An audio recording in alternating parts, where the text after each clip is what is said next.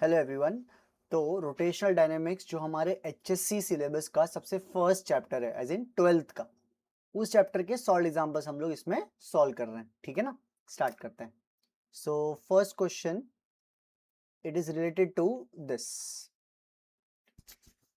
A fan is rotating at 90 RPM. तो एक fan है जो 90 आरपीएम, आरपीएम मतलब होता है राउंड्स पर मिनट या revolutions per minute. It is then switched off, पंखा बंद कर दिया हमने। It stops after 21 revolutions. तो गिवन डेटा स्टार्ट कर देते हैं लिखना। तो ये जो 90 आरपीएम पे ये इनिशियल फ्रीक्वेंसी बोली जा सकती है। तो let me write this as F not. F not दिया है उन्होंने 90 आरपीएम। अभी 90 आरपीएम में अगर मैं डिवाइड बाय 60 करता हूं तो वो आरपीएस भी बन जाता है। ठीक है, तो अभी कर लेते हैं। 90 डिवाइड बाय 60 किया तो वो आरपीएस भी बन जाएगा। फाइन, सिंप्लीफाई देखते हैं, जरूरत पड़ेगी तो कर लेंगे, नहीं तो अभी के लिए रहने देते हैं। It stops after 21 revolutions. तो कितने टोटल रोटेशंस उसने कर लिए? 21 रेवोल्यूशंस। और रेवोल्यूशंस, हर रेवोल्यूशन में 2 पाई एंगल कवर करता है। तो टोटल एंगल कितना कवर किया है वो आप निकाल सकते हो 21 इंटू 2 पाई रेडियन से। तो that is the amount of angle that we have it has covered before stopping. तो स्टॉप हो गया है तो फाइनल फ्रीक्वेंसी और फाइनल ओमेगा बोल सकते हैं कि 0 है। फाइनल ओमेगा आपका 0 बोलेंगे। Calculate the time taken by to stop assuming that the frictional torque is constant. अच्छा okay, calculate the time taken by to stop comma assuming that the frictional torque is constant. तो वैसे भी frictional torque जैसी जो चीज है ना वो हम कांस्टेंट ही मानते हैं, जिसकी वजह से अल्फा कांस्टेंट होता है। तो ये एक कांस्टेंट एंगुलर एक्सेलरेशन का ही सम आपका माना जाएगा। Find the time taken. तो ये आपका गिवन डेटा था। अभी हम फाइंड करने के लिए बोला गया है टाइम। ठीक है, टाइम टी। सोल्यूशन यहां से स्टार्ट करते हैं। तो कहां से, कौन सा इक्वेशन ठीक रहेगा जिसमें टाइम वगैरह आता हो? तो we have a formula called as theta is equal to omega plus omega not upon two everything into time. ठीक है, एक फॉर्मूला ये भी है, like total angle covered is omega plus omega not by 2 into time. अभी theta की जगह क्या लिखना है वो तो पता है, गिवन डेटा में ये 21 इंटू 2 पाई। ओमेगा की जगह पे 0 लिखना है, पर ओमेगा नॉट की जगह क्या लिखना है वो आपको दिखाता हूँ। Put omega not is equal to 2 pi F not. तो यहाँ पे भी 2 पाई का फैक्टर आपको मल्टीप्लाई करेंगे, और वो जो फ्रीक्वेंसी एफ नॉट हमने निकाली थी वो 90 बाई 60 वाली, उसको चाहिए तो अभी 0 और 0 तो कट कर देते हैं, बराबर। और 9 बेसिकली 3 3 जा और 3 2 जा, तो 3/2 को मैं सीधा लिख सकता हूँ 1.5 आरपीएस। तो यहाँ पे लिखा जाएगा 2 pi into 1.5 and leave it. मतलब इसको 2 पाई को सिंप्लीफाई मत करो। ठीक है, क्यों नहीं करना अभी पता चलेगा। सो देयरफॉर थीटा का जो फॉर्मूला अपने पास, theta is equal to omega plus omega not upon 2 and everything into T. Theta का वैल्यू हमारे पास है 21 into 2 pi is equal to, omega का वैल्यू 0 है, प्लस ओमेगा नॉट का वैल्यू 2 पाई इंटू 1.5। तो अभी आपको समझ भी रहा होगा धीरे धीरे कि मैंने 2 पाई क्यों नहीं डाला, क्योंकि वहां से जो 2 पाई दोनों साइड से कैंसिल हो जाएगा, बराबर है इतना, और divide by 2 and everything into time. तो दोनों साइड से ये 0 प्लस, तो 0 का तो कोई काम नहीं है, पूरा ये 2 पाई और ये 2 पाई कैंसिल कर सकते हो आप। अभी 21 को 2 से मल्टीप्लाई कर देते हैं हम लोग, क्या आ जाएगा 21 इंटू 2 और 1.5 इसके नीचे ले लो इक्वल टू टी। ओके,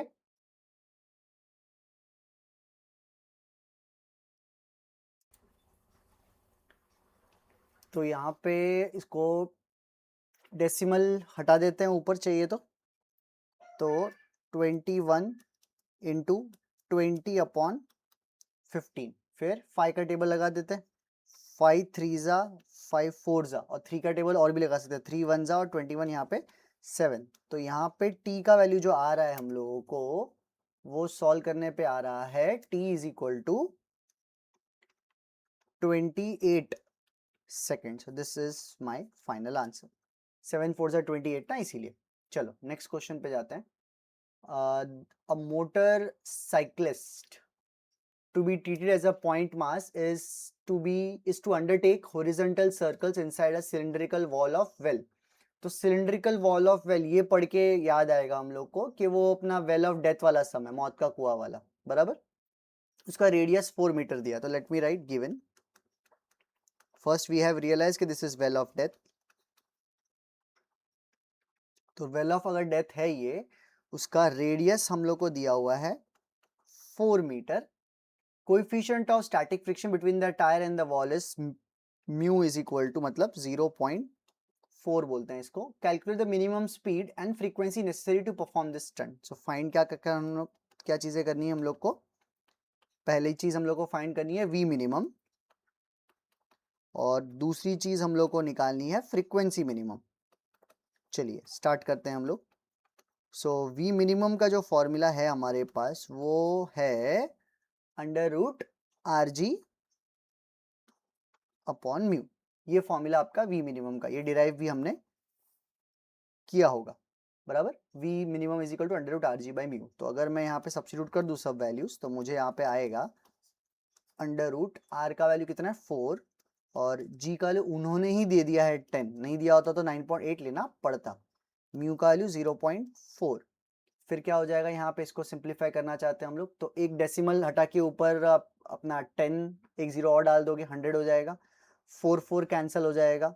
सो कितना आ जाएगा हम लोग को यहाँ पे, अंडर रूट सिर्फ 100 बचेगा, बिकॉज एक डेसिमल हटाएंगे तो ऊपर एक जीरो और फिर 4 तो कट गया। तो मतलब वी मिनिमम का वैल्यू हम लोग को आ रहा है यहाँ पे 10 मीटर पर सेकेंड। तो ये फर्स्ट पार्ट तो हमारा यहाँ पे डन हो गया है, सही है इतना।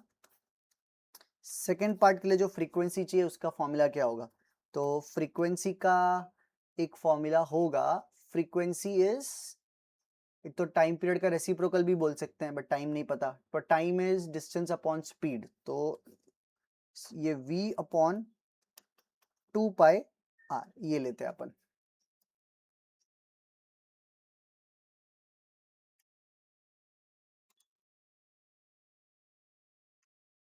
Frequencies v by 2 pi R, ये फॉर्मूला आप लगा सकते हो। एक्चुअली फ्रीक्वेंसी टाइम का रेसिप्रोकल होता है, और टाइम का एक फॉर्मूला सर्कुलर मोशन में हमें पता होता है, distance upon speed, 2 pi R upon V. तो बस इसी को उल्टा करके मैंने यूज किया हुआ है, v बाई 2 पाई आर बराबर। v का वैल्यू हमारे पास 10 है, नीचे ये 2 पाई है, पाई को फिलहाल रहने दो ऐसे ही, और रेडियस का वैल्यू आपके पास कितना है 4, ठीक है। अब इसको सॉल्व करते हैं अपन। सो 10 अपॉन 4 टू जा 8 होता है, और पाई का जो रेसिप्रोकल है ना वो एक्चुअली हमें याद रख लेना चाहिए, काफी यूज होता रहता है हमारे पास सामने। तो पाई का रेसिप्रोकल होता है 0.3, मतलब ऐसा 7/22 से आप सॉल्व कर सकते हो वैसे तो। 7/22 इज अप्रोक्सीमेटली 0.3, तो ये हो गया 66, 40 बचा। तो 1 जा आ जाएगा यहाँ पे 22, तो 180 बचा। तो 180 लगभग 6 जा 189, 8 जा होना चाहिए। एक बार हम लोग वेरीफाई भी कर लेते हैं अपने इससे। 1 अपॉन पाई, 1 अपॉन पाई 0.318 आता है, 0.318, ठीक है। तो ये value is fair to remember. तो कितना आ जाएगा ये 0.318 इंटू 10, तो 3.18 हो गया। 3.18 अपॉन 8 कर लेंगे तो आपको यहाँ पे फ्रीक्वेंसी भी आ जाएगा मिनिमम, जिससे आपको उसको व्हीकल को घूमना पड़ेगा, मिनिमम होना चाहिए, ठीक है। इस चैप्टर में मिनिमम मैक्सिमम वर्ड का थोड़ा एक्स्ट्रा ध्यान देना पड़ेगा कि कब मिनिमम यूज कर रहे हैं और कब मैक्सिमम यूज कर रहे हैं, ठीक है। 3.18 डिवाइड बाय 8 करते हैं, तो 0.83 जा 24, राइट। 7 बचा 78, 78 तो 9 जा बराबर। 9 जा आपका कितना हो जाएगा 72, और हमारे पास कितना था यहाँ पे 78 और 72, तो 6 बचा बराबर। तो 60 के लिए वी विल यूज 7 जा बराबर। तो 0.397 के आसपास आ रहा है अप्रोक्सीमेटली। हम राउंड ऑफ करके उन लोग ने 0.4 भी दिया हुआ है, but we can leave it here itself. तो ये आ जाएगा RPS. So this will be my answer, minimum frequency, ठीक है। गुड, नेक्स्ट क्वेश्चन पे चलते हैं। Racing track of curvature 9.9 meter is banked at 10 inverse of 0.5। A racing track of curvature 9.9 meter. A racing track of curvature 9.9 meter is banked at tan inverse of 0.5. Coefficient of static friction between the track and the tires of the vehicle is 0.2. The racing track of curvature. Okay, given the radius of curvature is 9.9 meter. is banked at tan inverse of 0.5. तो theta का value उसने दिया हुआ है और ये अच्छा value है क्योंकि मोस्टली हम लोगों को tan थीटा ही चाहिए होता है फॉर्मूला में, तो उसने सीधा थीटा ही tan इनवर्स में दिया है, तो मतलब tan थीटा कितना हो जाएगा, आप इसको ऐसा लिख सकते हो, tan थीटा आपका 0.5 हो जाएगा. तो tan थीटा ही तो हमें चाहिए होता है, तो वो डायरेक्ट दे दिया है उन्होंने. एंड फ्रिक्शन दिया है, कोएफिशिएंट ऑफ फ्रिक्शन म्यू का वैल्यू दिया है 0.2. Determine the speed limits with 10% margin. अभी स्पीड लिमिट 10% मार्जिन मतलब सेफ्टी भी बोलते हैं इसको हम लोग. फाइन. तो आपको इसके अंदर एक्चुअली वी मैक्सिमम भी निकालना पड़ेगा विद 10% लिमिट, विद 10% लिमिट, और आपको V मिनिमम भी निकालना पड़ेगा विद 10% लिमिट, 10% लिमिट. ओके, चलो स्टार्ट करते हैं हम लोग. पहले लगाएंगे हम फॉर्मूला. तो इसका फॉर्मूला क्या है फर्स्ट वाले पार्ट के लिए? V मैक्सिमम का फॉर्मूला होता है under root of RG tan theta plus mu upon 1 minus mu tan theta. So this is the formula, इसको हम लोग को यूज करना है, तो कर लेते हैं. सो V मैक्स निकल के आएगा अंडर रूट ऑफ R का वैल्यू दिया 9.9, G का वैल्यू उसने नहीं दिया है तो will have to take 9.8 at least, और अंदर फिर वो tan थीटा वगैरह भी दिया हुआ है तो वो हमको यूज करना पड़ेगा. tan थीटा का वैल्यू है 0.5 प्लस म्यू का वैल्यू है 0.2 upon 1 minus mu tan theta. Mu का वैल्यू फिर से दिया है 0.2 इंटू tan थीटा का वैल्यू 0.5. यहाँ पे ये सब वैल्यू सब्स्टिट्यूट कर दिया अपन ने, ठीक है ना. Let's keep going. Is equal to under root of ये 9.9 इंटू 9.8 ये लेना पड़ेगा हम लोग को खुद ही.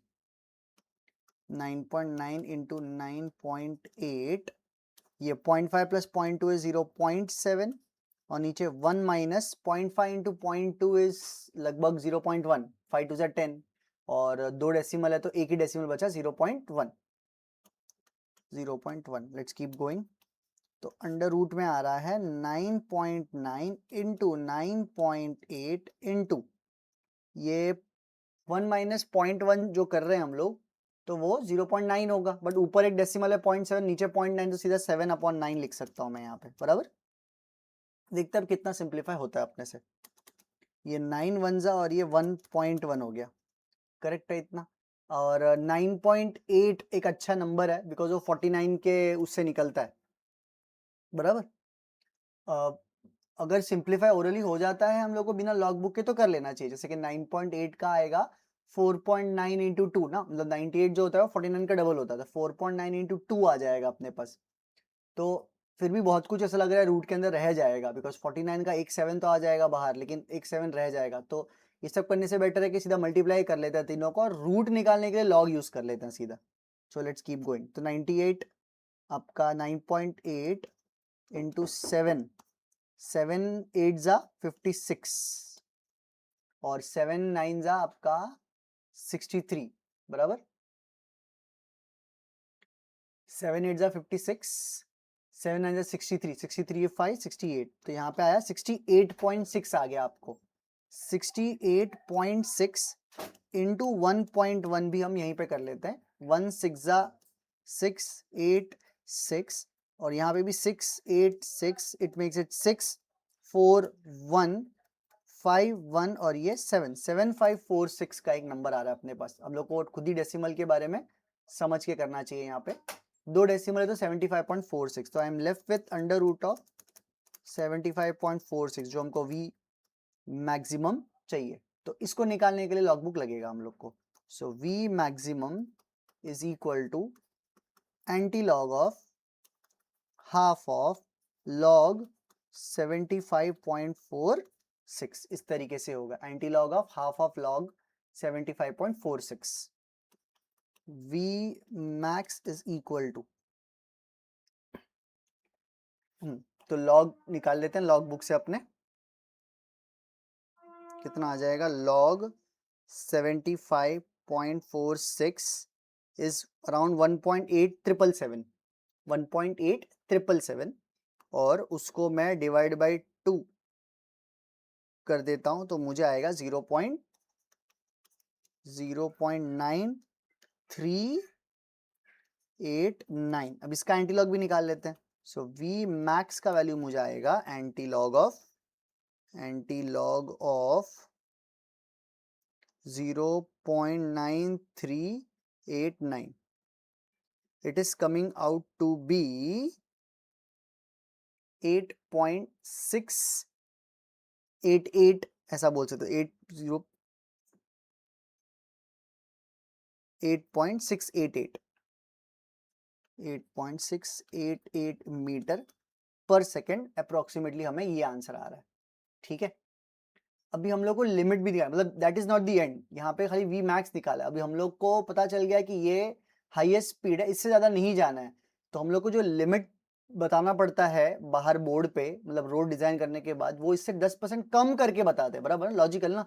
हम लोगों को तो यही बताएंगे ना कि भाई इससे कम स्पीड पे चलाओ. तो लिमिट जो होगी उसमें जो 10% का हम लोग को लिमिट लगाने को बोला है वो माइनस करना है. मतलब अभी कोई चीज में से 10% माइनस करते तो कितना परसेंट बचता है, 90%. तो इसका 90% करना है हम लोग को. सो V max with limit is 8.688 into 0.9 का फैक्टर लगेगा. 90% के लिए 0.9 का फैक्टर लगता है.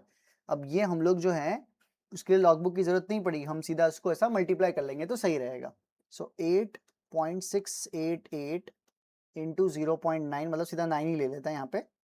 8 9 72, 8 9 72, ये 79, 6 9 54, 54 ये 61, 8 9 72 और ये 78. तो 78192 with 4 decimal, तो 7.8. So answer I will have to give 7.82 meter per second would be my final answer. ठीक है, अप्रोक्सीमेटली. अभी मेरे आंसर इनके साथ मैच नहीं हो रहे हैं, तो लेट मी वेरीफाई कि कहीं कुछ बराबर. तो इन्होंने ना वो G का वैल्यू 10 लेने की वजह से उनका वैल्यू हमारा वैल्यू मैच नहीं हो रहा है. सो डोंट माइंड, अपना आंसर बिल्कुल एक्यूरेट, बिल्कुल सही है. ठीक है, चलो इसका अभी खाली एक पार्ट हुआ है सॉल्व, इसका सेकंड पार्ट भी हमें करना होगा. ठीक है, तो सेकंड पार्ट करते हैं, होपफुली जल्दी हो जाएगा. सेकंड पार्ट में मिनिमम निकालना है हम लोगों को, और विथ लिमिट चाहिए तो हम पहले से ही कर लेते हैं. V minimum with limit. अब इस चीज का ध्यान रखना है, पहले तो फॉर्मूला लिख देता हूं मैं, RG, और इस बार फॉर्मूला है tan थीटा माइनस म्यू आई. ये फर्क है एक तो मी मिनिमम का, और पिछली बार 10% कम किया था ये बोल के कि ये लिमिट है इससे कम पे चलाओ. इस बार लोअर लिमिट है इससे ज्यादा पे ही चलाओ, ये बोलना पड़ेगा. लोअर लिमिट में तो आपको 10% बढ़ाना पड़ेगा, तो 10% बढ़ाते कोई चीज में तो वो 110% हो जाता. 110% के लिए आपको डिवाइड बाय 100 करने का, तो 1.1 का फैक्टर इस बार लगेगा. तो वो मैं इस बार पहले से ही लगा रहा हूं ताकि एक ही कैलकुलेशन में अपना काम हो जाए. राइट, चल. तो what we can do is this, R का वैल्यू तो वही लेंगे जो ऊपर था अपने पास 9.9. सो इधर कुछ कुछ चीजें चेंज नहीं होंगी. G का वैल्यू आप ले लेंगे अभी भी 9.8 ले लेंगे. tan थीटा क्या था अपना 0.5, इस बार माइनस होगा 0.2 और नीचे प्लस होगा 0.5 इंटू 0.2. तो होपफुली थोड़ा इजीली होना चाहिए इस बार कैलकुलेशन, क्योंकि हम पहले कुछ कुछ चीजें देख चुके हैं. 9.9 इंटू 9.8, ओ सॉरी 1.1 का फैक्टर भी लेते हैं, इनटू यहाँ पे इस बार 0.3 आएगा और नीचे इस बार आएगा 1.1 का फैक्टर, और सब कुछ 1.1 एक रूट के बाहर भी हमारे पास है. ठीक है, तो इस बार नीचे का डेसिमल ऊपर का डेसिमल बहुत सारे, मतलब 99 और 11 वाला तो कैंसिल हो ही सकता है. 11 और ये 99, सीधा 9 बचेगा. करेक्ट है इतना. 9, 9.8 और 0.3 ठीक लग रहा है. वैल्यू ले लेते हैं यहाँ पे, तो 9.8 का 98 ले रहा हूं मैं, और 9 ले रहा हूं, 3 ले रहा हूं, और नीचे मेरे पास बचता है ये 2 डेसिमल ले लिया तो मैंने 100 बच रहा है, और बाहर 1.1 का फैक्टर तो है ही, करेक्ट है। 9 से एक 3 बाहर आ जाएगा, बट एक 3 अंदर रह जाएगा, और एक √2 भी रह जाएगा। सब कुछ मल्टीप्लीकेशन में वैसे तो है, हम चाहिए तो सबका लॉग से भी काम कर सकते हैं अपना, राइट। बिना लॉग के भी हो रहा है यहाँ पे काम। लेट्स सी, तो 98 का फिर से 49 इंटू 2, तो उसको आप लिख सकते हो 7√2, राइट। 9 का एक 3 आ जाएगा, और एक 3 भी रूट के अंदर रह जाएगा, तो √3, और नीचे एक 10 आने वाला, और into 1.1। So what do you think, इसको बिना लॉग के ही कर लें? √3 मतलब 1.73 ले सकते हैं, √2 मतलब 1.414 ले सकते हैं, तो एक तरीके से थोड़े कॉम्प्लेक्स नंबर्स तो है ही, ठीक है। तो ओके, तो एक काम करता हूँ, I choose to do everything by log now, ठीक है। तो ये डेसिमल भी नहीं ले रहा फिर तो मैं, तो ये मैं नंबर्स का यहाँ पे चेंजेस कर रहा हूँ। चल, तो यहाँ पे क्या नंबर्स है? 9.9, 9.8, 9.9 वो तो गया ना, वेट, हाँ।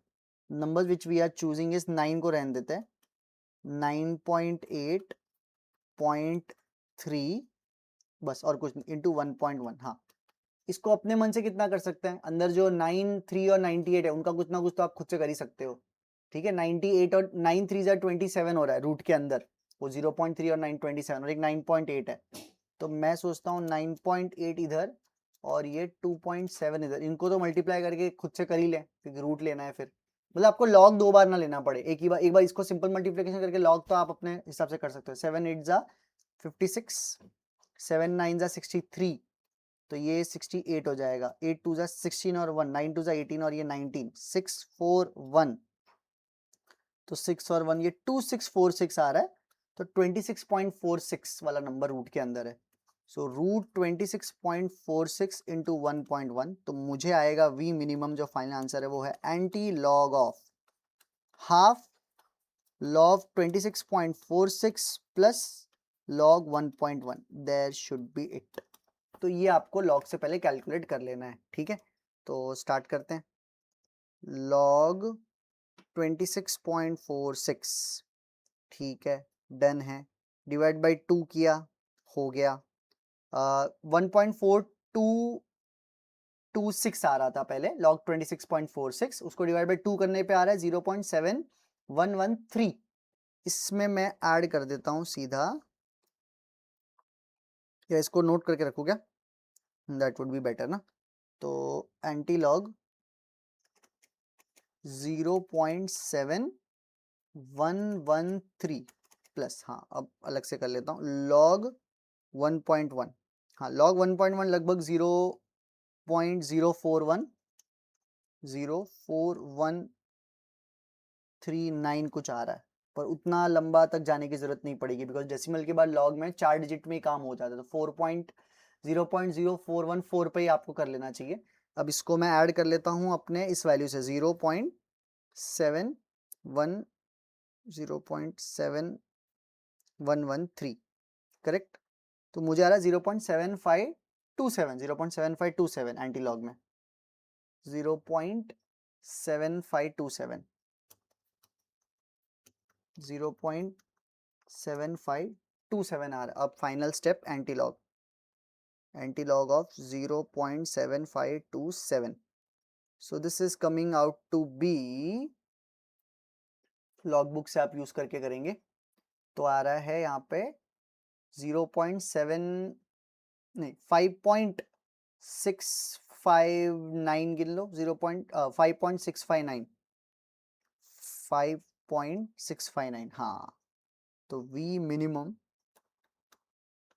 आ रहा है अपने को 5.659 मीटर पर सेकेंड। तो ये डायरेक्टली हमने V मिनिमम निकाल लिया, 10% लिमिट बढ़ा के, कि भाई इस स्पीड से कम पे मत चलाना, ठीक है। और V मैक्स का लिमिट भी निकाला 7.82 के, भाई इससे ज्यादा मत चलाओ आप। चलो डन, फोर्थ पे चलते हैं हम लोग यहाँ पे, right. Merry-go round usually consist of a central vertical pillar, okay, दिख रहा है डायग्राम में उन्होंने दिया हुआ है, right. usually consists of a central vertical pillar. At the top of it there are horizontal rods which can rotate about the vertical axis, and at the end of this horizontal rod there is a vertical rod fitted like an elbow joint. ठीक है, तो काफी कुछ data diagram में ही given है। वो 2.1 metre फिर 1.5 metre का स्लैंट है। वो ये कोनिकल पेंडुलम वाली फीलिंग दे रहा है, ठीक है ना। विल कीप गोइंग, देखते कैसा होता है। ओके ओके, सब कुछ डिटेल्स उन्होंने डायग्राम के फॉर्मेट में दिया हुआ ही है। The figure shows vertical section of a merry-go-round in which the initially the vertical rod are inclined with the vertical at 37 degree. अच्छा, वो एंगल दिया है 37 डिग्री। ओके, तो गिवन डेटा में थीटा का वैल्यू 37 डिग्री दिया हुआ है। अभी जो 37 डिग्री है कॉमन एंगल है, ये 37 और 53 डिग्री, ठीक है। तो थोड़ी देर में बताऊंगा क्या कैसे यूज करना है हम लोगों को। फिर इसके आगे क्या दिया हुआ, calculate the frequency of the revolution of the मेरी गो राउंड, ठीक। और नीचे साइन 37 उन्होंने दिया है 0.6 बाय द वे, पर हमें पता भी होना चाहिए वैसे साइन 37 3/5 होता है। जी का वैल्यू पाई स्क्वायर यूज करने के लिए बोला है, ठीक है, good enough. Pi square use करने के लिए बोला है। फाइंड फ्रीक्वेंसी, एक कोनिकल पेंडुलम का जो फ्रीक्वेंसी है वो हम लोग को निकालने को बोला गया। तो फ्रीक्वेंसी का अगर फॉर्मूला हम लोग को याद है तो देखते हैं उसमें कहाँ अटक सकते हैं। फ्रीक्वेंसी का फॉर्मूला होता है 1/2 pi under root G upon L का कॉस थीटा, ये फॉर्मूला। टाइम पीरियड का फॉर्मूला याद होगा ना, 2 pi under root L cos theta by G conical pendulum का। तो फ्रीक्वेंसी उसका रेसिप्रोकल है 1/2 pi under root G by L cos theta. अब कहाँ यहाँ पे अटकेंगे, थीटा दिया है, जी दिया है, पाई दिया है, अटकेंगे तो आप लेंथ ऑफ द स्ट्रिंग पे अटकेंगे। तो लेंथ ऑफ द स्ट्रिंग अगर हम निकाल पाए अच्छे से तो भी चलेगा, दैट वुड बी बेटर। तो लेंथ के लिए थोड़ा सा डायग्राम अच्छा बनाना पड़ेगा हम लोग को, तो डायग्राम बनाने का ट्राई करते हैं। तो ये कोनिकल पेंडुलम पूरा बना दिया मैंने, ये पूरा होना चाहिए था ऐसा, बट उन्होंने सिर्फ इतना ही बनाया हुआ, ये सिर्फ इतना ही उन्होंने ऐसा बनाया हुआ है, राइट। नीचे नीचे का जो सेक्शन है वो बना रहा हूँ मैं खाली। तो ये 2.1 मीटर है और उन्होंने क्या दिया हुआ, ये स्लांट लेंथ 1.5 है, बट हमें पूरा लेंथ चाहिए। तो इसको कैसे किया जाए, सिमिलरिटी ऑफ ट्राइंगल्स भी मैं सोच रहा हूँ कर सकते हैं हम लोग को चाहिए तो, ठीक है। चलो, ये एंगल 37 डिग्री दिया हुआ है, तो ऊपर का एंगल भी ये 37 डिग्री ही होगा ना। कैसे करें, क्या सिर्फ ऊपर का ट्राइंगल का लेंथ निकाल लें अपन साइन 37 से, मतलब अगर खाली इतना पार्ट मैं अगर कुछ x लेके सॉल्व कर लूं फिर वो 1.5 में ऐड कर दूंगा तो लेंथ आ जाएगा मुझे बराबर इतना, ठीक है, सही लग रहा है यहाँ पे। चलो, तो sine 37 is opposite upon hypotenuse, और साइन 37 का वैल्यू उन्होंने 0.6 भी दिया हुआ है। So 0.6 is equal to 2.1 upon X. So X का वैल्यू मुझे आ रहा है, डेसिमल डेसिमल हटा दो, 21/6, 3 के टेबल में 7/2 यानी कि 3.5 मीटर। तो इसके हिसाब से लेंथ भी आ जाएगा मुझे 3.5 plus 1.5 which will give me 5 meter. तो लेंथ मुझे आ गया यहाँ पे 5 मीटर। अब मैं फ्रीक्वेंसी निकाल लेता हूँ। Frequency is 1/2 pi under root G upon L का कॉस थीटा। सब सब्स्टिट्यूशन कर देते हैं हम लोग।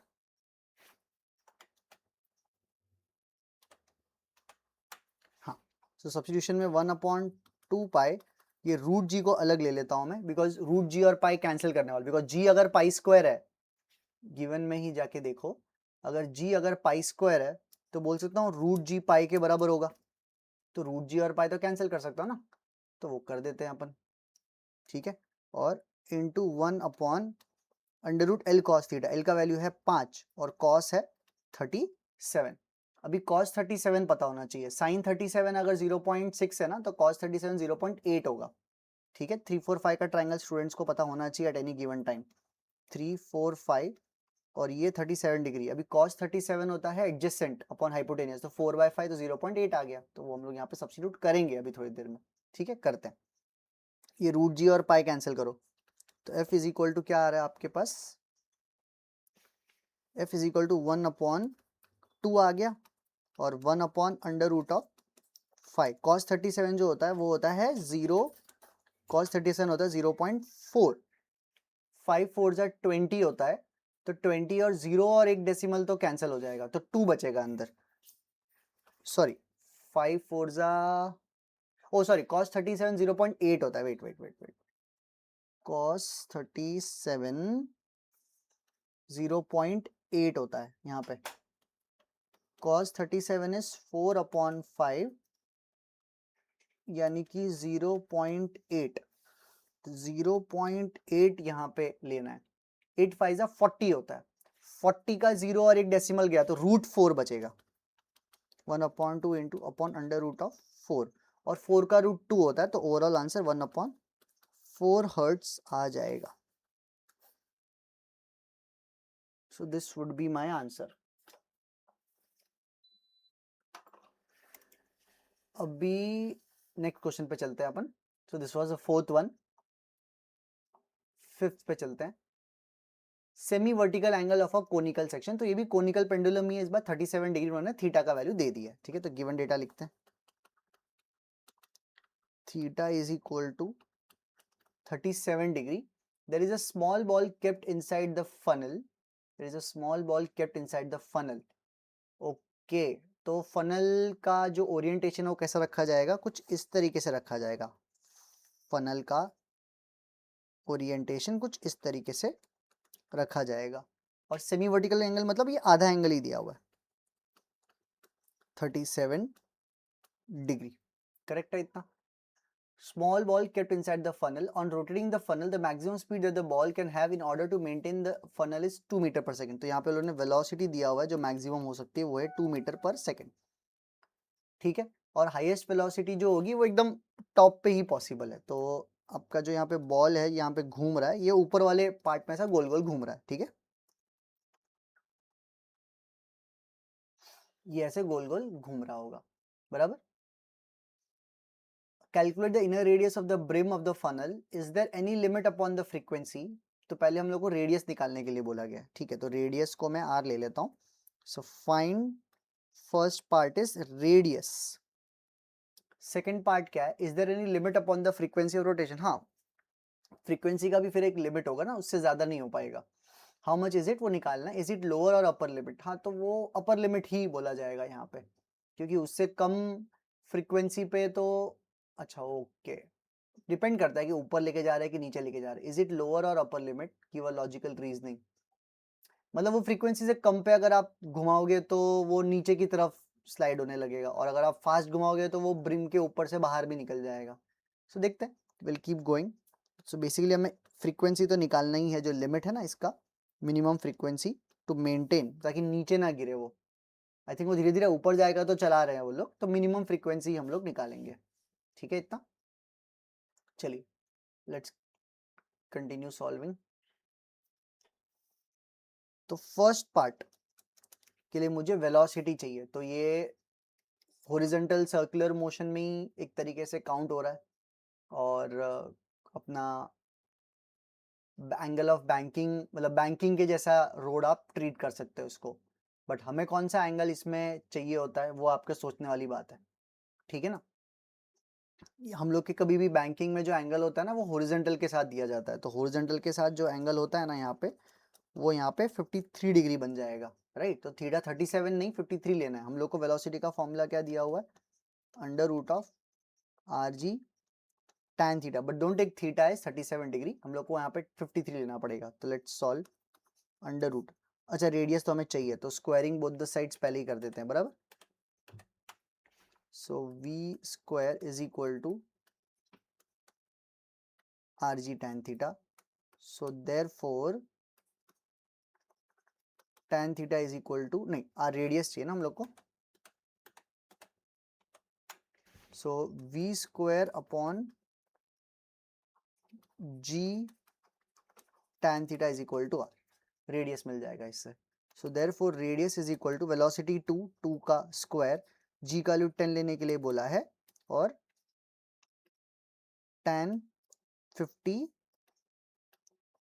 डिग्री लेना है, राइट।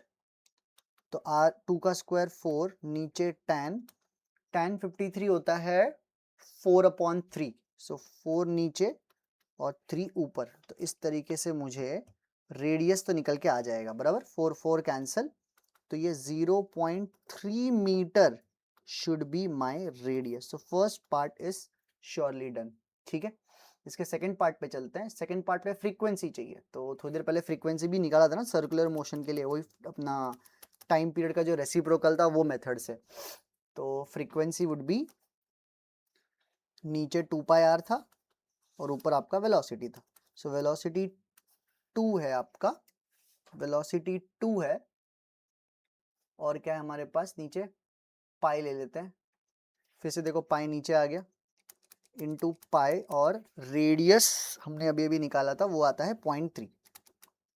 ठीक है, सो लेट्स कीप सॉल्विंग। ये 2 2 कैंसल, पाई का जो रेसिप्रोकल होता है वो थोड़ी देर पहले 0.318 आया था, उसमें भी नीचे 0.3 और चाहिए, तो एक डेसिमल तो एडजस्ट हो जाएगा। So frequency is equal to, हमें कितना आएगा यहाँ पे, 1.06 हर्ट्ज। तो approximately I will be taking this as my answer. और ये फ्रीक्वेंसी जो है इसको मिनिमम बोला गया है कि भाई इससे कम पे मत घुमाना, इससे फास्ट ही घुमाना, ऊपर जाएगा। अगर इससे स्लो घुमाओगे तो फनल में नीचे वो स्लाइड डाउन कर जाएगा। चलो फाइन, गुड इनफ। तो ये दोनों हो गए। नेक्स्ट क्वेश्चन पे चलते हैं अपन। A tiny stone of mass 20 gram. ठीक है, गिवन डेटा,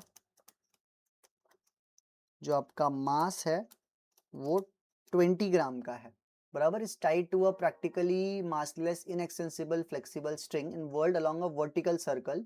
तो ये VCM का सवाल है, ये VCM में घुमा दिया हम लोगों ने इसमें बराबर। Speed of the stone is 8 when the centripetal force is exactly equal to the force due to tension. Okay, तो given data में when centripetal force is equal to tension है, तो ये हम लोग को नॉलेज से हमें पता होना चाहिए कि कब सेंट्रीपिटल फोर्स कब टेंशन के बराबर होता है। VCM में जो हॉरिजॉन्टल पोजीशन होता है ना, वहां पे आपका टेंशन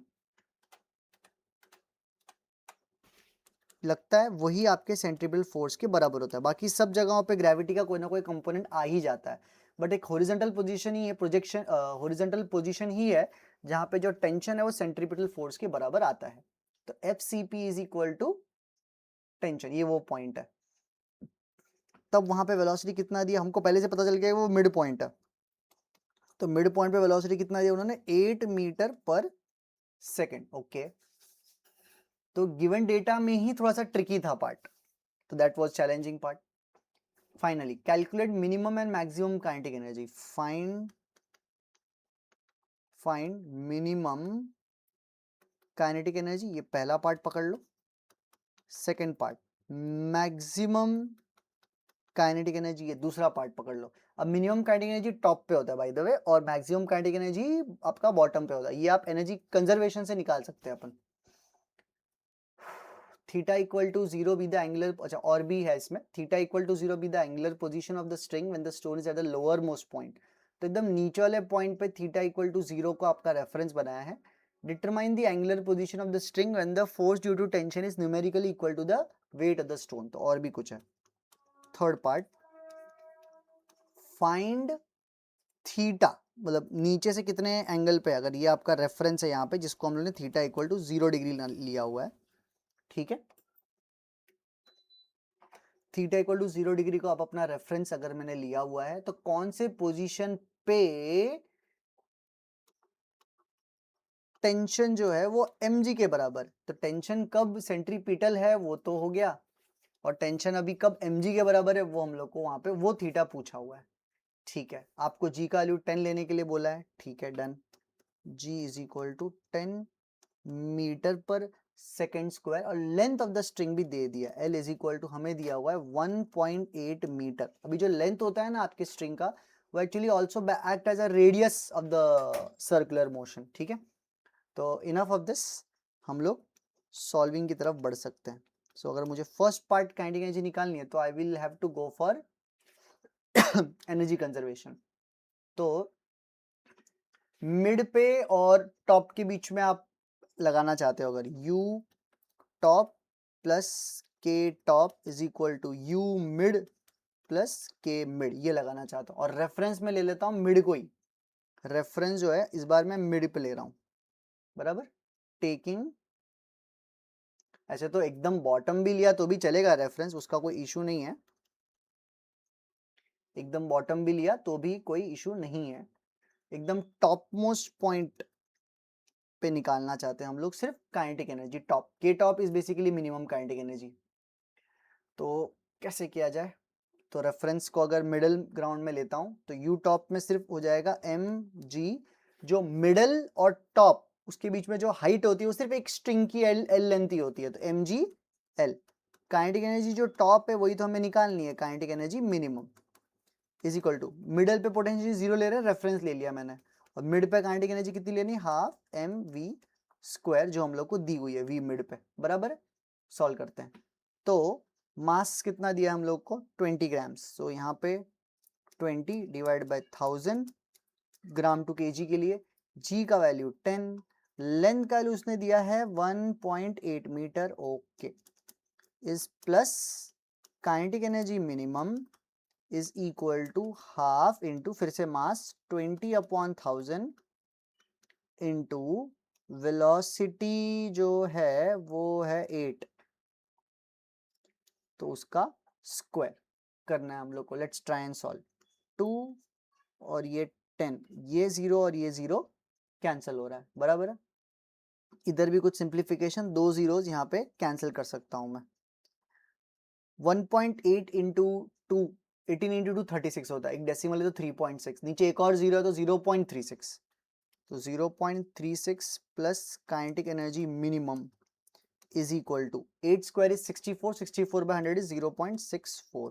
सो काइनेटिक एनर्जी मिनिमम वाला जो पार्ट है वो यहाँ पे ऐड हो जाएगा, 0.6 सॉरी ऐड क्या, 0.64 माइनस 0.36, 64 माइनस 36, 46, 56, 66, दो कम 28, सो kinetic energy minimum is getting 0.28 joule. तो ये आंसर वेरीफाई कर लिया जाए, 0.28 इज एब्सोल्युटली राइट। अब इसका जो सेकंड पार्ट है यानी केई मैक्सिमम, तो केई मैक्सिमम के लिए आई वुड प्रिफर कि मैं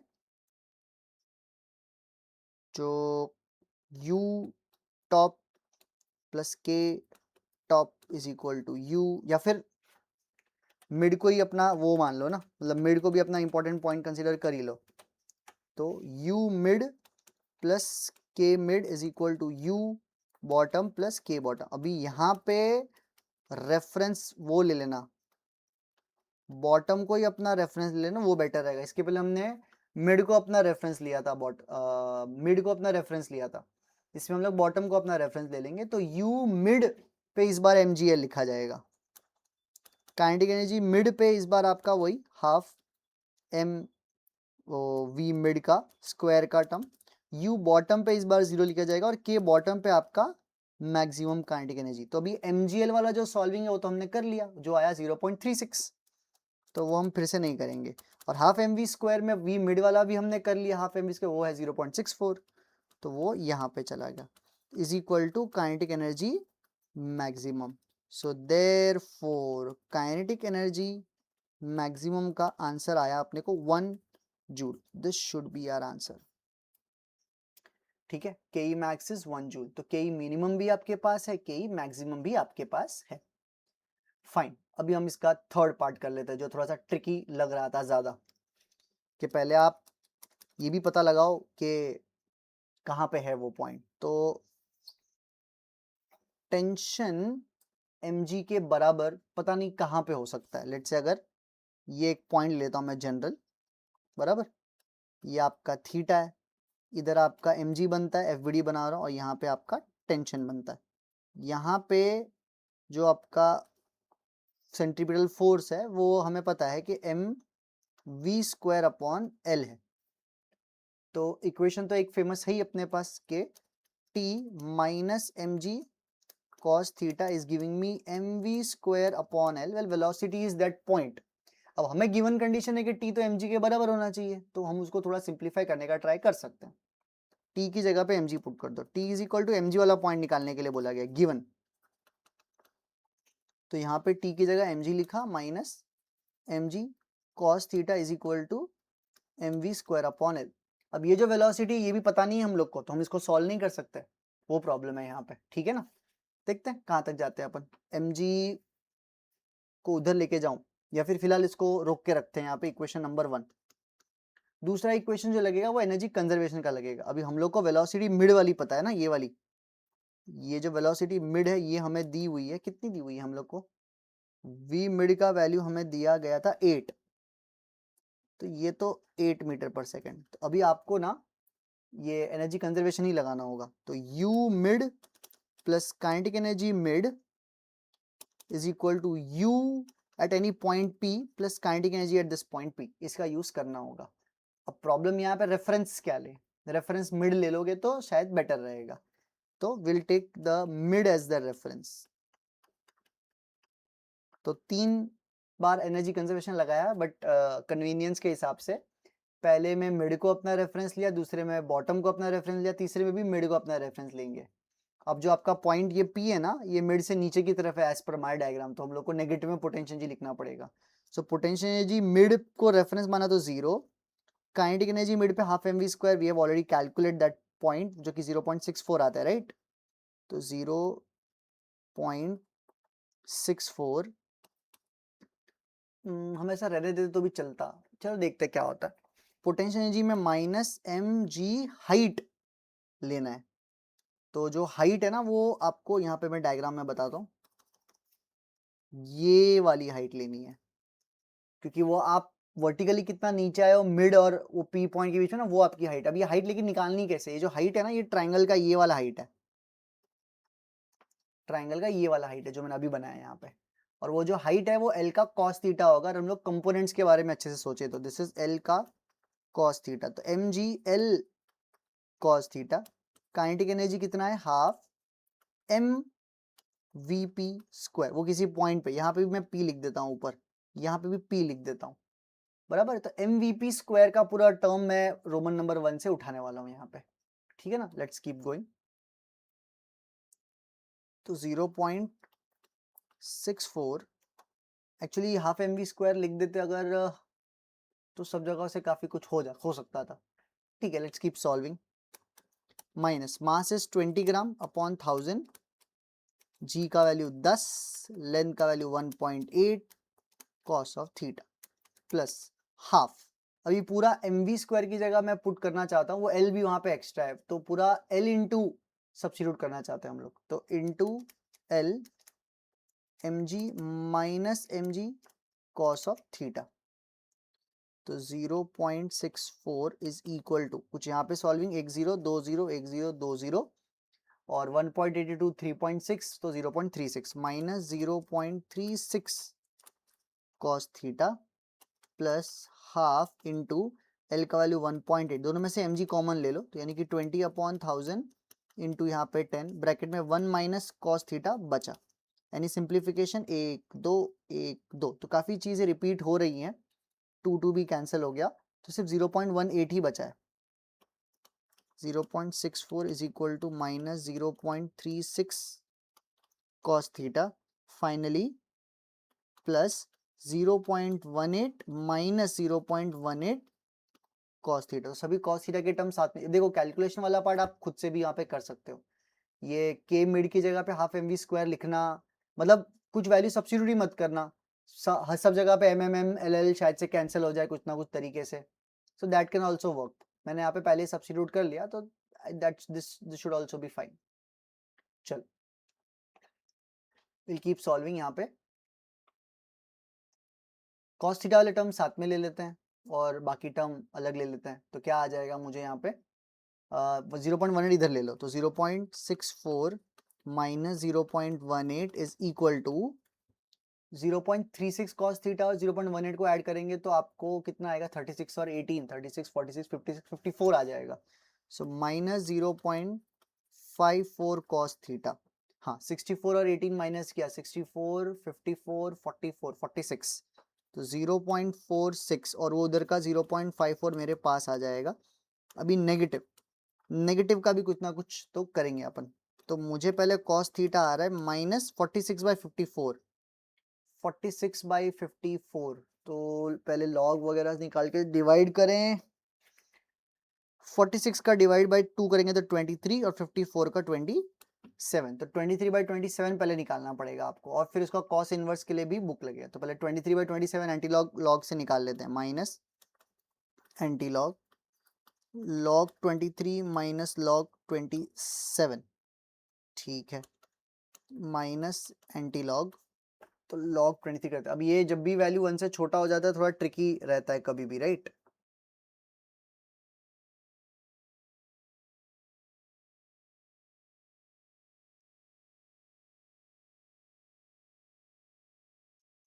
चलो, log 23 1.3617 माइनस log 27 भी ऐसे कुछ आएगा, log 27 आएगा 1.4314 ऐसा। सब्ट्रैक्ट करके 7 माइनस 4 3, 1 माइनस 1 0, 6 माइनस 3 3, और क्या आ जाएगा हमारे पास 13, कैरी फॉरवर्ड किया 13 माइनस 4 9 पॉइंट, और ये 0, और ये आ जाएगा 1 बार। तो 1 बार 0.9303 इस तरीके से करना रहेगा हम लोग को। तो एंटी लॉग ऑफ 0.9303, तो वो हमने निकाल लिया, अप्रोक्सीमेटली आया हम लोग को 0.9303, 0.9303, और इसको हम लोग ऐसे ही रहने देंगे, और नेगेटिव तो बाहर है ही, वो ले लेंगे।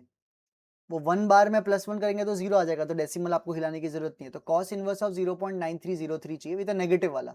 तो कॉस का जो नेगेटिव होता है सेकंड क्वाड्रेंट में, मतलब ये जो एंगल हम लोग निकालेंगे ना, वो एंगल को कॉस थीटा 180 से माइनस कर देंगे तो काम हो जाएगा। तो theta is equal to 180 degree minus cos inverse of 0.9303, ऐसे करेंगे सॉल्व, ठीक है, 0.9303, और ये माइनस, तो कितना आ जाएगा मेरे पास answer, theta is equal to 180 degree minus, solve करते हैं, कॉस इनवर्स ऑफ 0.9303, 21.52 कुछ आ रहा है, 21.52 डिग्री,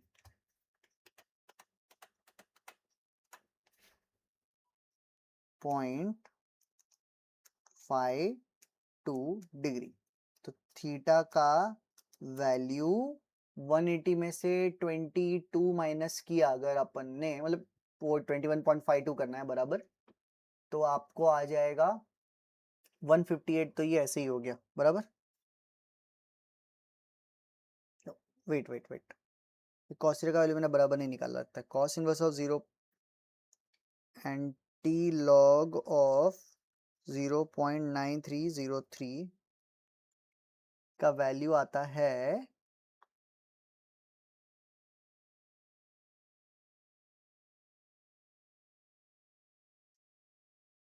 एंटी लॉग ऑफ 0.9303 का वैल्यू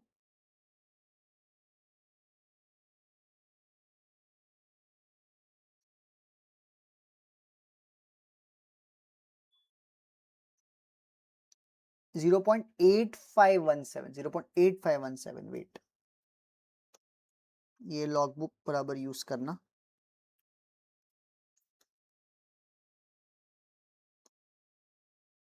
हम्म, 0.858517, हाँ ये करते हैं, cos inverse of 0.8517 is approximately 31.6 degree, 31.6, ये तो बराबर है 8517, तो आ जाएगा 31.6, 31.60 डिग्री। तो 30 माइनस किया तो 150, तो ऐसे ही हो गया, फिर 149, फिर 148, सो 148 0.40 degree, so this would be my final answer. ठीक है, 148.40 डिग्री पे हम लोग क्लोज कर सकते हैं इसको। चलिए बढ़िया, नेक्स्ट है 7। We are left with 7, 8 and 9। ये थोड़े क्वेश्चन थोड़े से छोटे हैं, इतने बड़े नहीं है जितने अभी लास्ट के 2-3 क्वेश्चन अपने रहे हैं, right. Flywheel is a mechanical device specially design to efficiently store rotational energy। ठीक है, for a particular machine it is in the form of a uniform disk। तो एक शेप और मास दिया हुआ है हम लोग को, तो गिवन डेटा के हिसाब से इट इज अ डिस्क जिसका हमें मास दिया हुआ है 20 kg दिया हुआ है, और डायमीटर दिया जिसका रेडियस इंपॉर्टेंट ज्यादा होगा हमारे लिए, तो रेडियस का वैल्यू सीधा ले लेते हैं 25 सेंटीमीटर, जिसको 0.25 मीटर या सीधा 1/4 मीटर लिखना सही होगा, जो काम आ जाए हम यूज कर लेंगे। Calculate the kinetic energy when rotating at 1200 RPM, तो इसको बोलते हैं फ्रीक्वेंसी 1200 आरपीएम। इसको अगर डिवाइड बाय 60 कर दे हम लोग तो हम लोग को आरपीएस आ जाएगा, ये 0 कट 6 1 और 6 2 तो मतलब ये भाई साहब 20 आरपीएस आ जाएगा। चल, तो फ्रीक्वेंसी 20 आरपीएस है। पाई स्क्वायर को 10 लेने के लिए बोला गया है हम लोग को, वेरी गुड, ले लेंगे। Calculate the moment of inertia in case it is rotated about a tangent to its plane for a particular able to अच्छा ओके, काइनेटिक एनर्जी का पहला सवाल हो गया। फाइंड फर्स्ट पार्ट है काइनेटिक एनर्जी और सेकंड पार्ट है moment of inertia rotating about the tangent in its plane, about tangent in its plane। चलो स्टार्ट करते हैं अपन। तो फर्स्ट पार्ट तो काइनेटिक एनर्जी, उसका फॉर्मूला आप यूज कर सकते हो half I omega square. So let's go half, और मोमेंट ऑफ इनर्शिया का फॉर्मूला होता है डिस्क का mr स्क्वायर अपॉन 2, ओमेगा का फॉर्मूला होता है 2 पाई एफ, तो ब्रैकेट में 2 पाई एफ का स्क्वायर मुझे लिखना है, करेक्ट है इतना।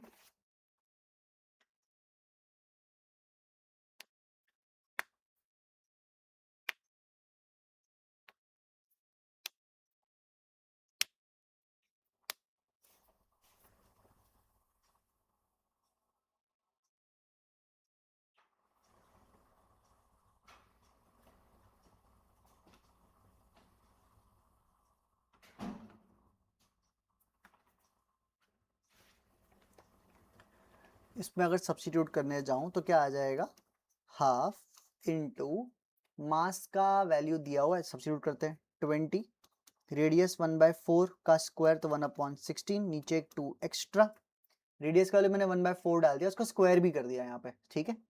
ब्रैकेट में 2 पाई एफ, तो 2 का स्क्वायर 4, पाई का स्क्वायर रहने देते हैं, और फ्रीक्वेंसी का भी स्क्वायर करना है, फ्रीक्वेंसी 20 है तो 20 का स्क्वायर आपका डायरेक्ट 400 हो जाएगा। आई होप सब calculation are in order. Solve कर लेते हैं। पाई स्क्वायर को 10 लेने के लिए बोला ही है, बट जरूरत कहीं पड़ा नहीं, कर लेंगे अपन। 4 1 और ये 4 4 16 कट गया, बराबर। ये 2 और ये 10 कट गया, सही है। ये 4 और ये 100 भी cancel, so you are just left with 100 pi square by 2, तो ये 2 और ये 50 हो गया, एक 10 और बचा है, तो आई एम गेटिंग आंसर 1.7 का 50 इंटू एक 10 और पाई स्क्वायर भी आपका 10 है, तो 2 जीरोस और है 50 के अलावा, तो मेरे पास आंसर आ जाएगा 50 इंटू 100, तो मेरे पास आएगा answer 5000 joules. So kinetic energy first part is done. So first part अपना हो गया सॉल्व, करेक्ट। इसका अगर मैं सेकंड पार्ट ट्राई करूं यहाँ पे करने का, काइनेटिक एनर्जी का फर्स्ट पार्ट तो हो गया, सेकंड पार्ट है moment of inertia with the tangent in the plane. तो आपको बस थोड़ा डायग्राम बना के बताना पड़ेगा कि किस की बात हो रही है। ये वाले एक्सिस की बात हो रही है टैंजेंट, तो ये वाले एक्सिस का फॉर्मूला होता है 5/4 mr स्क्वायर। आप डेफिनेटली डायरेक्ट यूज कर सकते हो ये रिजल्ट, ठीक है। सो moment of inertia is 5/4, but I hope आपको डिस्क के सारे एक्सिस के पता हो तो ही मतलब बनता है ये चीज यहाँ से याद रखें। कभी डायमीटर पूछ लिया, कभी टैंजेंट परपेंडिकुलर पूछ लिया, तो अभी तो इन द प्लेन पूछा तो कर रहे हैं। मास का वैल्यू 20 दिया था, राइट।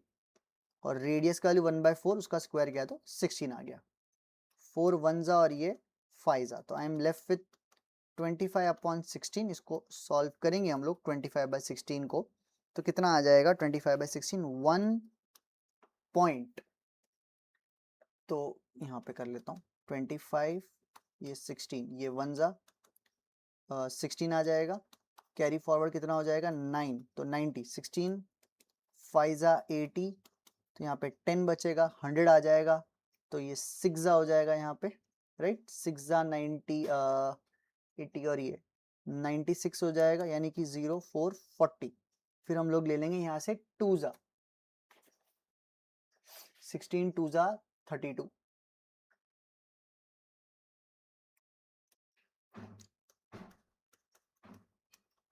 0 8 8, तो फिर 80, फिर 5 आ गया, तो 1.5625 यूनिट बिल्कुल कभी मत भूलना, केजी मीटर स्क्वायर। तो ये रहा आपका मोमेंट ऑफ इनर्शिया का आंसर 1.5625 केजी मीटर स्क्वायर।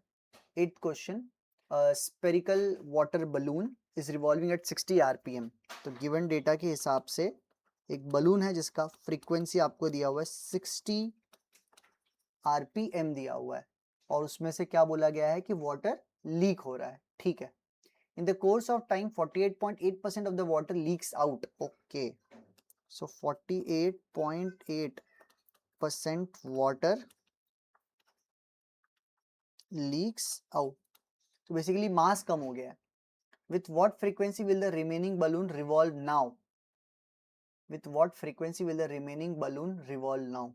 तो अच्छा, तो ये F1 ले लेते हैं इसको, और ये 48.8% का मतलब आप मास मान के चलो, जो आपका मास है M2 जो होगा वो होगा M1 minus 48.8 divide by 100 into M1, तो कितना आ जाएगा आपका M2 यहाँ पे।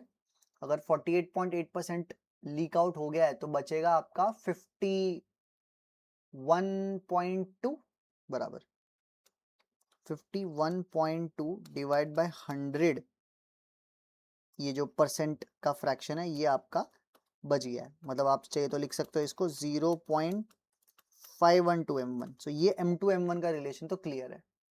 With what frequency will the remaining balloon revolve now? Neglect all the non-conservative forces. वैसे भी हम सब कुछ आइडियली मान रहे थे। So find में क्या निकालना है हम लोग को, फ्रीक्वेंसी 2, नया फ्रीक्वेंसी निकालना है। तो it is based on conservation of actually angular momentum करके टॉपिक है, उसके बेस्ड है ये, ठीक है। तो स्टार्ट करते हैं। तो एंगुलर मोमेंटम इज कंजर्व, लिख लो, एंगुलर मोमेंटम इज कंजर्व। तो अगर एंगुलर मोमेंटम कंजर्व्ड है तो initial angular momentum is equal to final angular momentum होगा, और सिंपली आई ओमेगा फॉर्मूला होता है वो यूज कर सकते हो। अब यहाँ पे प्रॉब्लम ये है कि रेडियस के बारे में कोई डिटेल नहीं दी है, तो आप रेडियस सेम नहीं मानोगे यहाँ पे, ठीक है, तो उस चीज का ध्यान हम लोग को रखना है।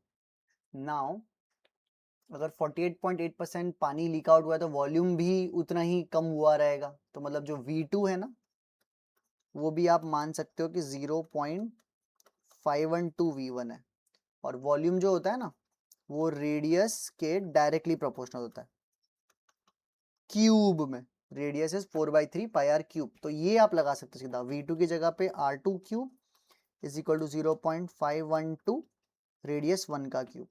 क्यूब रूट ले लेते हैं, 512 का क्यूब रूट 8 होता है, तो 0.512 का 0.8 होगा, तो R2 cube root is 0.8 times of R1। I hope exam में भी डेटा अच्छा ही आया जिसका क्यूब रूट निकलता हो इजीली, बराबर। तो R2 तो 0.8 R1 ये आ गया, ये काम का है अपने। अभी एंगुलर मोमेंटम कंजर्वेशन लगाते हैं तो उसके लिए ऐसा लगेगा I1 omega 1 is equal to I2 omega 2। I1 की जगह पे आप लिखोगे M1 R1 square. Actually balloon है तो 2/5 का फैक्टर आएगा, बट वो नहीं लेते क्योंकि 2/5 दोनों साइड वैसे भी कैंसिल होगा। सिमिलरली ओमेगा 1 की जगह पे 2π f, मैं 2π नहीं ले रहा तो सीधा f1 लिख रहा हूँ। सो M2 R2 square F2। I hope this part is clear. ना मैंने वो मोमेंट ऑफ इनर्शिया वाले फैक्टर्स लिए कांस्टेंट जो दोनों साइड से कैंसिल होने वाले हैं, ना मैंने ओमेगा का 2π f वाले में 2π लिया। चलो अभी m1 को ऐसे ही रहने देते हैं, r1 को भी ऐसे ही रहने देते हैं। f1 की जगह पे डेफिनेटली उन्होंने 60 दिया हो तो लिख लो, कुछ कन्वर्ट मत करो, rpm में दिया, rpm में आंसर निकाल लो। m2 की जगह पे 0.512 m1, r2 स्क्वायर है तो r2 की जगह पे 0.8 का स्क्वायर इंटू r1 लिखो और f2 रहने दो, तो सब कुछ कैंसिल होने वाला है। r1 square m1 you are left with just 60 is equal to 0.512 into 0.8 का करो तो 0.64 into f2। So finally f2 मुझे आएगा, थोड़ा कैलकुलेशन फील हो रहा है मुझे, 60 अपॉन 512, 3 जीरो नीचे है तो 3 जीरो ऊपर चले गए, 64 तो ऊपर और 2 जीरो चले गए। इन सबको या तो लॉग से करने बैठो पूरा या फिर कट करते रहो, तो आई थिंक लॉग से जल्दी जल्दी हो रहा है तो कर लेते हैं एंटी लॉग, क्योंकि ये 2 से कट होते होते होते होते बहुत ज़्यादा 2 हैं सब। ठीक है, तो एंटी लॉग में log of 1 2 3 4 5 6 minus log of 512 minus log of 64। ठीक है,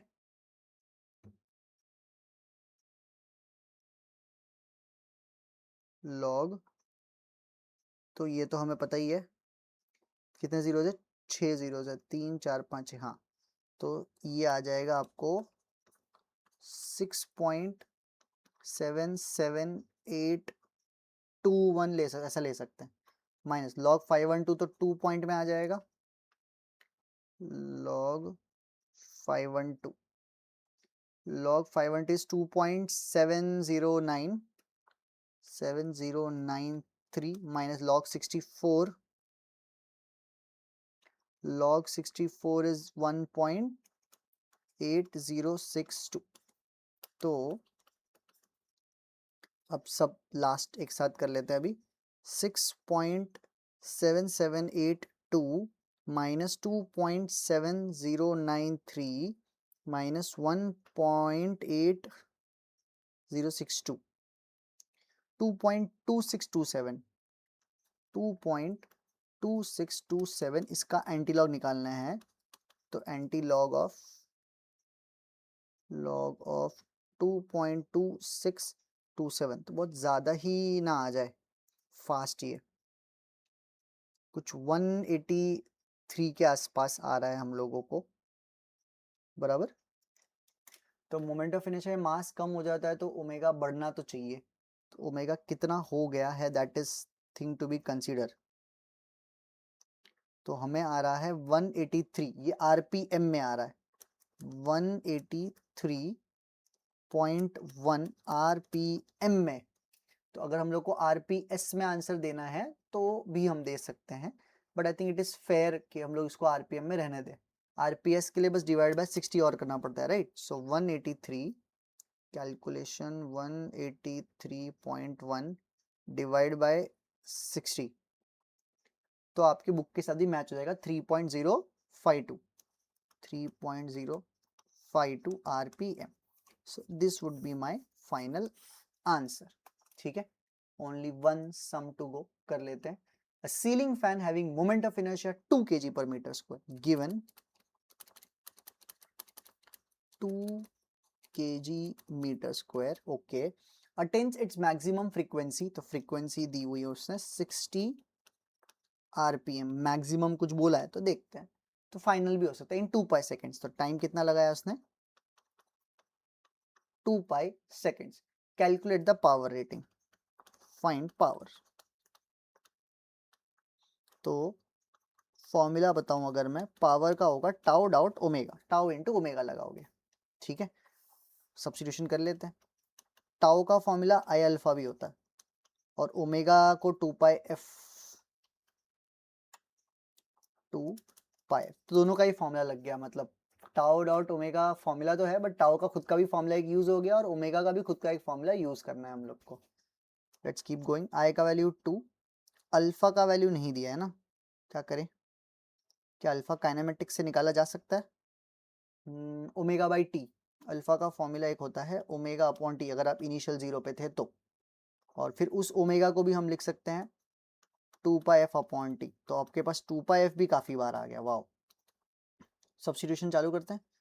2 पाई इंटू एक फ्रीक्वेंसी है 60, वो आरपीएम में तो डिवाइड बाय 60, तो वो पहले ही कर लेना चाहिए यहाँ पे, तो वो मैं गिवन डेटा में ही उसको सुधार लेता हूँ।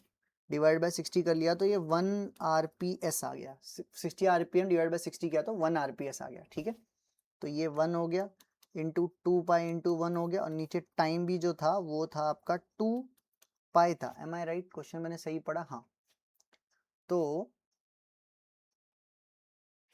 इसको अभी अगर हम सॉल्व करने जाएं तो क्या बन के आएगा अपने पास?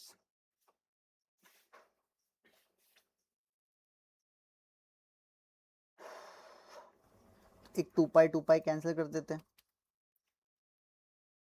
सही है इतना। टाउ इंटू ओमेगा, अच्छा ओमेगा को 2 pi F, okay okay, alpha is omega by T, omega is 2 pi F.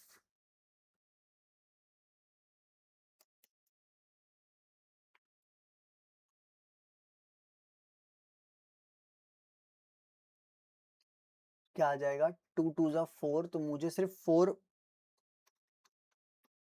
पाई यहाँ पे बच रहा है, बराबर। ये क्या है अपने पास? पावर, वैट में आ जाना चाहिए, है ना। तो ये कैसे अलग आ रहा है? एक मिनट देख लिया जाए। उन्होंने आंसर कुछ और दिया यहाँ पे, सो लेट मी सी के आंसर हमारा कुछ हमारी तरफ से कुछ गलती है डेटा समझने में, अप्लाई करने में। ओके ओके, आई अल्फा सही है, आई का भी कोई इशू नहीं है। यहाँ पे I2 दिया है, अल्फा का उन्होंने कैलकुलेट करते वक्त 2 पाई एफ अपॉन 2 पाई, ये उन्होंने ओमेगा कैसे, फ्रीक्वेंसी उन्होंने थोड़ा गलत ले लिया आई थिंक। उन्होंने बोलते वक्त फ्रीक्वेंसी 60 आरपीएम बोला है इन 2 पाई सेकेंड्स, बट सॉल्व करते हुए ओमेगा को उन्होंने थोड़ा अलग ले लिया, एक 4 पाई कैसे ले लिया, वो 2 एक्स्ट्रा गलती से उन्होंने लिख दिया है, इसलिए उनका आंसर ऐसा आ रहा है। ठीक है, तो इसलिए हमारे साथ मैच तो नहीं होगा उनका। अब हमको गिवन डेटा के हिसाब से सॉल्व करना चाहिए, तो गिवन डेटा के हिसाब से ही करेंगे। तो 4 pi we will leave it, of course उसको सिंप्लीफाई करेंगे हम हमारे हिसाब से। 3.14 into 4, 4 4s are 16, 4 1s are 4 5, 4 3s are 12, तो 1256, so power का answer I will write 12.56 watt. This would be my final answer. So I think we are done with all the questions. एक बार check कर लूँ, बिल्कुल I think we are done. चल ठीक है, thank you everyone, we'll stop here.